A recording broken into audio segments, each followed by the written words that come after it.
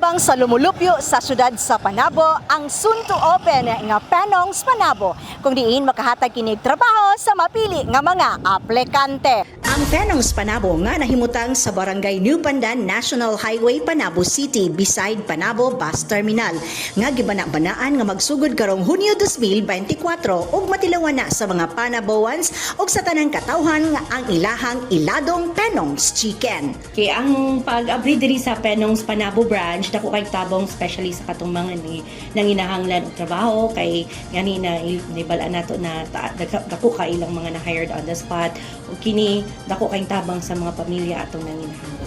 Andam na usab ang mga hired on the spot nga mga aplikante sa Penongs alang sa ilang training nga gisaysay ni Labor Employment Officer 1 Kier J.S. Balingan. Nagkandak po ni og mini job fair. So April 25 nga gipahitabo sa ABC Hall. Unya na-identified nga hired on the spot ato laki nino mga 30 plus man na tato. Ang maong luna og ang building gipanag-iyahan sa lokal nga panggamhanan sa syudad sa Panabo ug ang maong establishmento nagrenta kini og renewable sulod sa duha ka tuig. More powers Panabo City.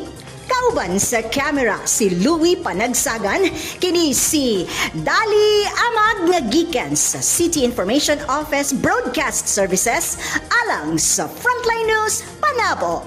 Importante, informed.